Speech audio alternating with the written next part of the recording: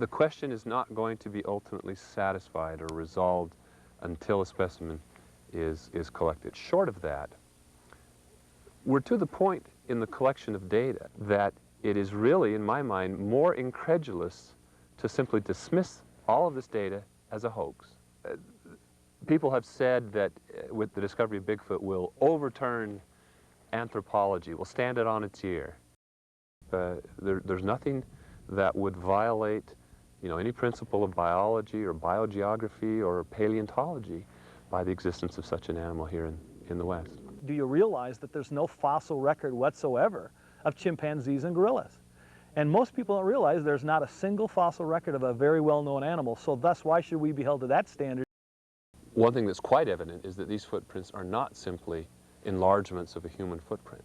There is clear evidence that the foot reveals an anatomy that is quite distinct from the human. You have splaying of toes, you have each track is not a mirror image of itself, which would be the case if you were faking it with moles or something like that.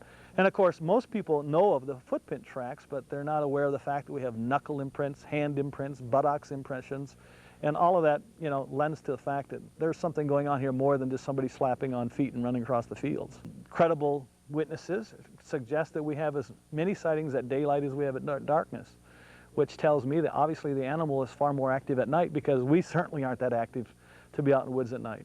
Put the film aside, set it aside, don't even consider the Patterson film. You still got to deal with the forensic science, the forensic evidence, and I think there's enough evidence there that if I had committed a crime and that was the evidence they had on me, I'd be convicted. I do think that they're out there, and their continued encounter and detection by eyewitnesses, tests to that.